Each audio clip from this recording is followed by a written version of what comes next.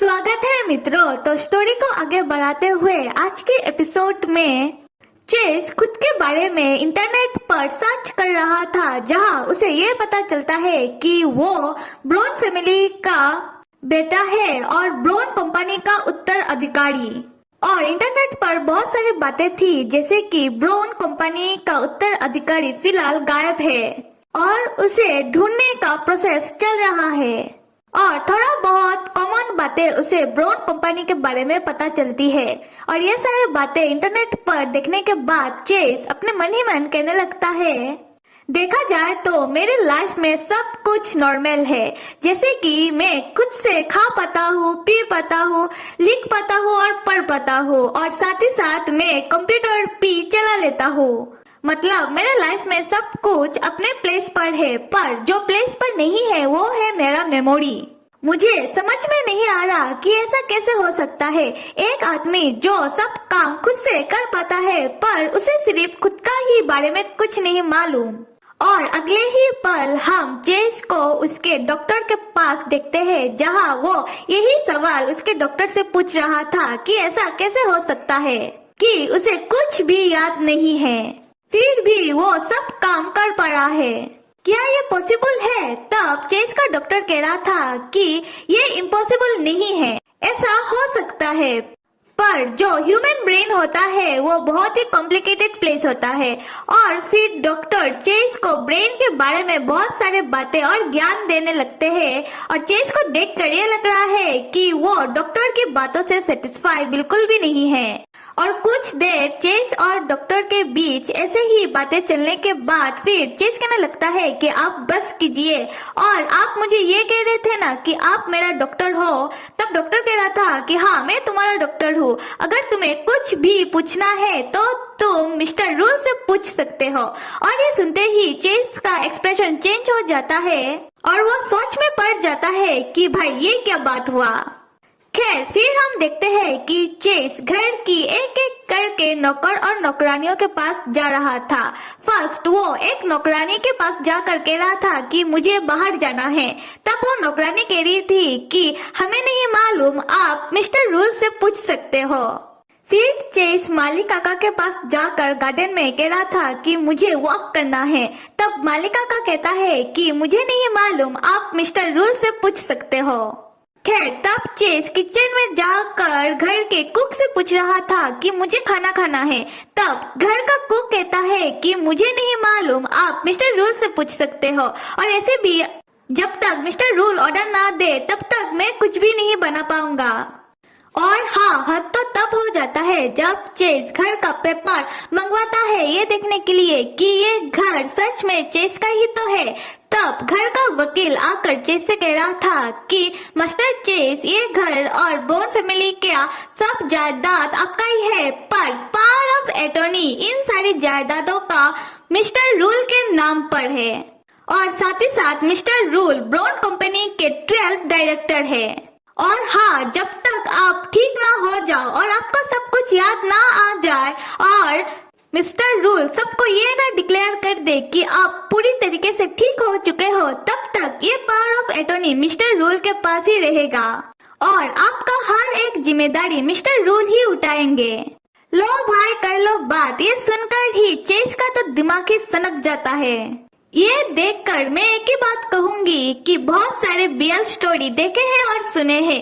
Hero और hero के बीच villain को और उनके मॉम, डैड, भाई, बहन, दोस्तों को और थर्ड पार्टी मेंबर को भी आता हुआ देखा है, पर प्रॉपर्टी को और पावर ऑफ अटॉर्नी को ये थोड़ा कंफ्यूजिंग है।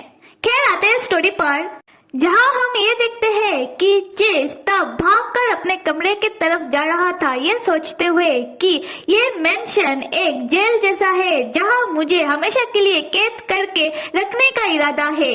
मैं खुद से कहीं जा नहीं सकता, कुछ मन हो तो वो खा नहीं सकता, क्योंकि रूल भाई साहब का ऑर्डर चाहिए।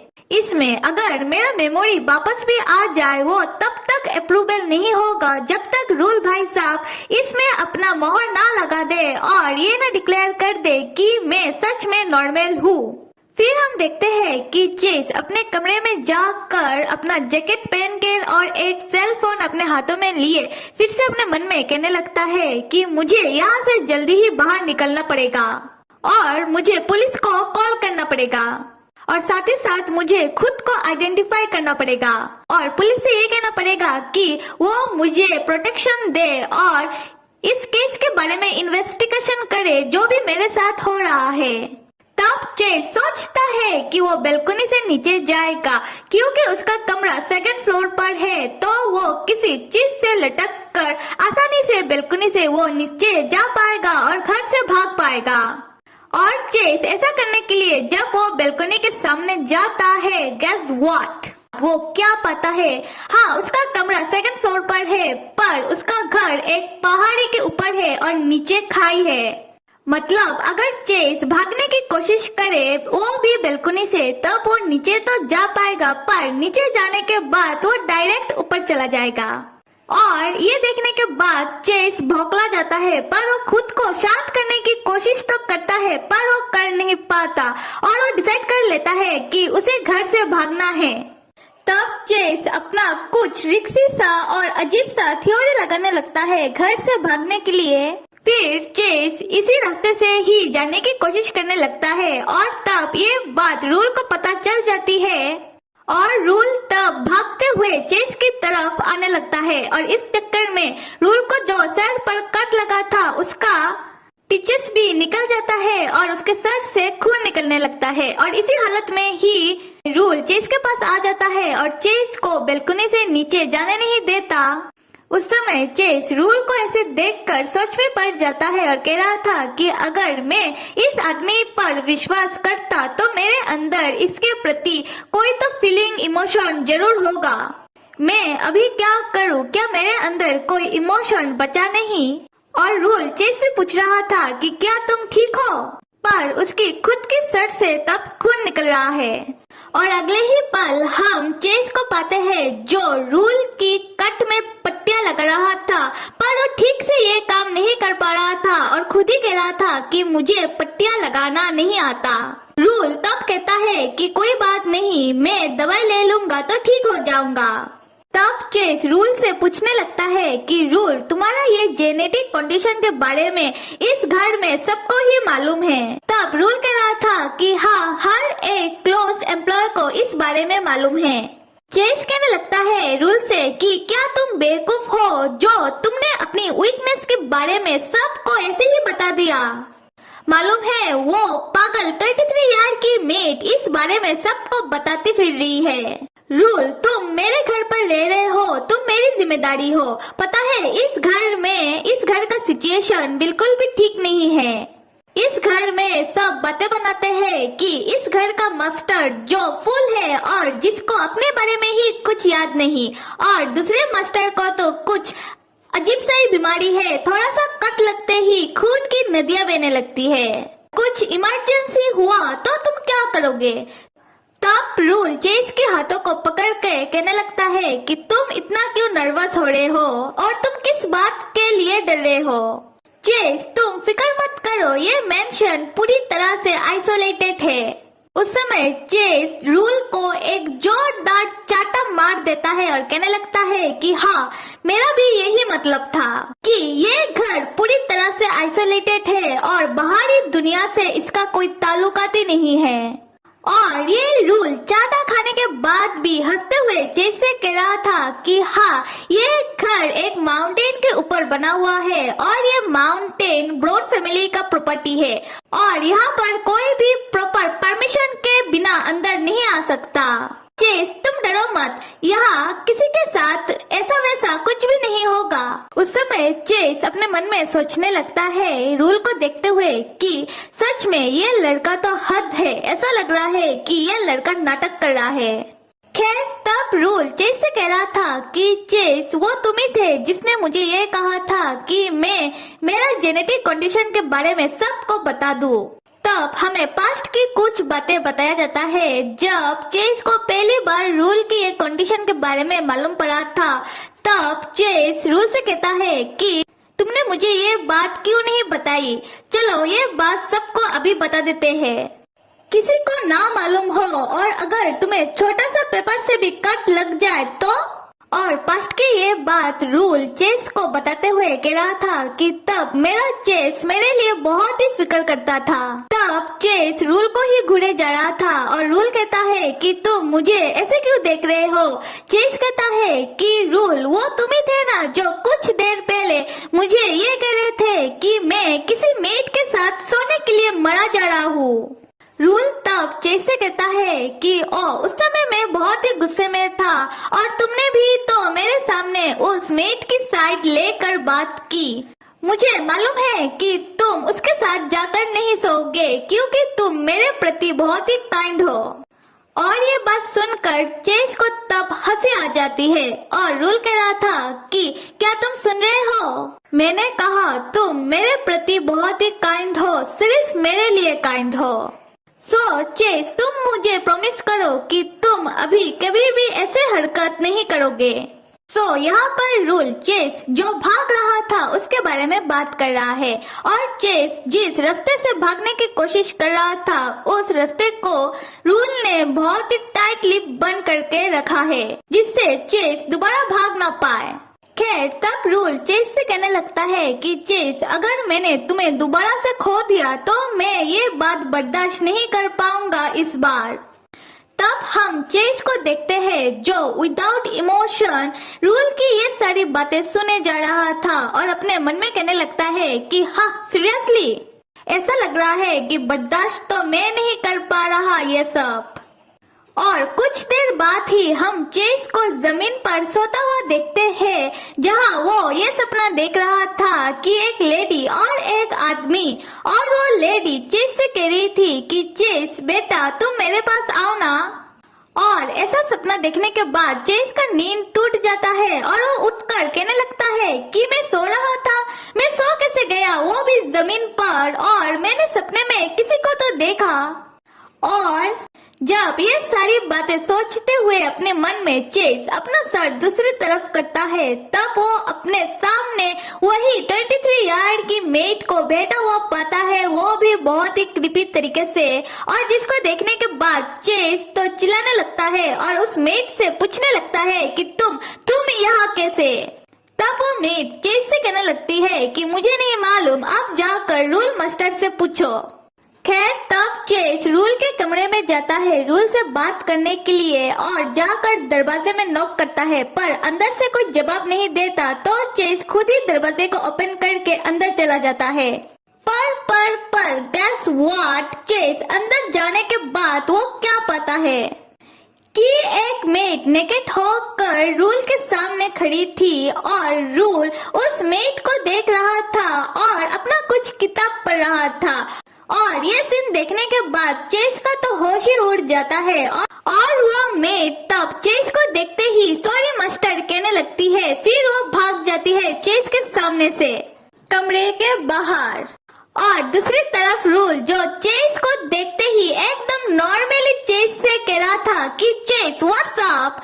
तब चेस एकदम सीरियस लुक देते हुए रूल से पूछने लगता है कि तुम कर क्या रहे थे। रूल तो बहुत ही एटीट्यूड के साथ चेस से पूछता है कि व्हाट, और रूल का ये रिएक्शन देखकर चेस रूल को तब घुरे जा रहा था।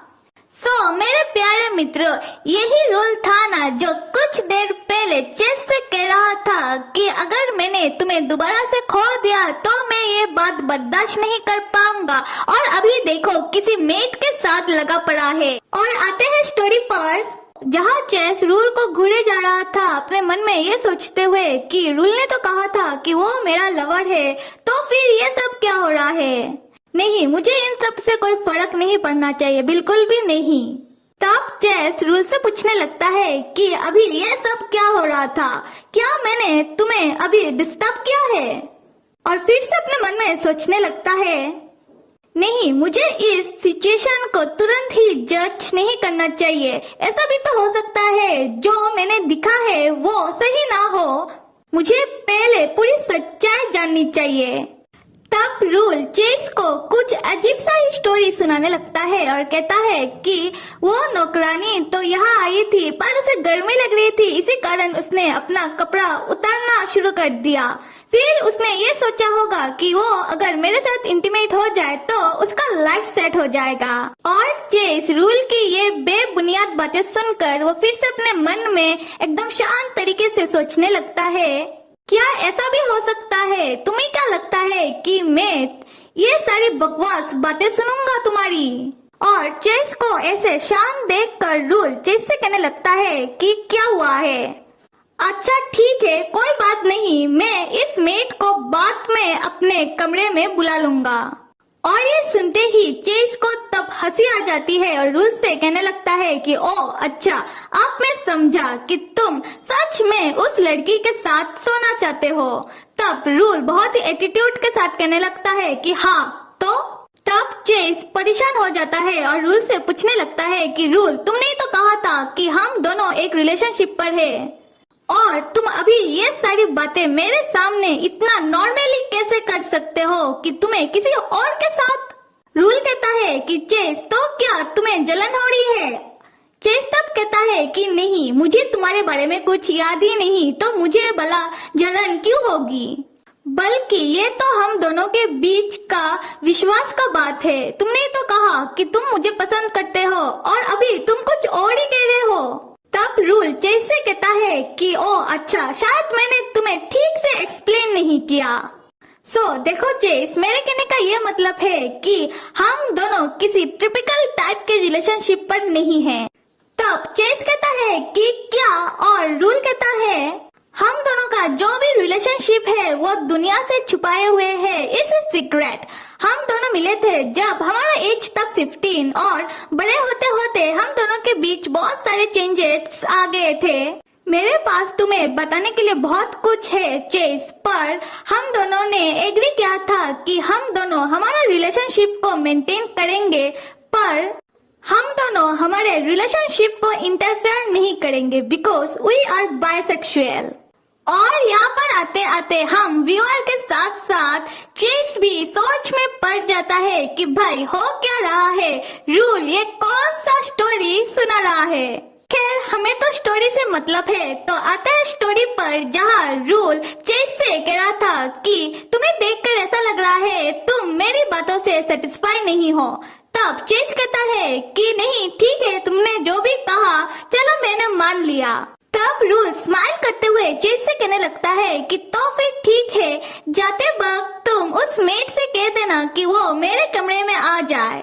और चेस जाते वक्त रूल से फिर से सवाल करने लगता है कि रूल, ये सवाल थोड़ा उटपटांग होगा, पर क्या मैं तुमसे ये पूछ सकता हूँ, क्या वो मेट मेरी सब्स्टिट्यूट है? तब बताओ रूल का जवाब क्या हो सकता है? खैर मैं ही बता देती हूँ। रूल तब हंसते हुए चेस से कहने लगता है कि हाँ चेस, सॉरी, पर मैं भी क्या कर सकता हूँ, मुझे भी कोई चाहिए जो तुम्हारे जैसा तो नहीं पर थोड़ा बहुत तो तुम्हारे जैसा हो। उस समय चेस रूल के कमरे से बाहर चला जाता है, वो भी शॉक होकर। खैर बाहर जाने के बाद वो उस मेट को देखने लगता है, फिर उस मेट के बालों को खींचते हुए अपनी तरफ करते हुए कहने लगता है कि इस मेट की आंखें और बाल बहुत हद तक मेरे से मिलती है। और थोड़ी देर सोचने के बाद चेस कहने लगता है कि वो 23 यार्ड वाली मेट, उसके बाल भी तो रूल से बहुत हद तक मिलती है। उस समय चेस को याद आता है कि वो 23 यार्ड की मेट जब चेस के पास आती है, तब चेस जब उससे पूछता है कि तुम यह क्या कर रही हो, तब वो मेट जवाब देती है कि मुझे नहीं मालूम, आप जाकर रूल मास्टर से पूछ सकते हो।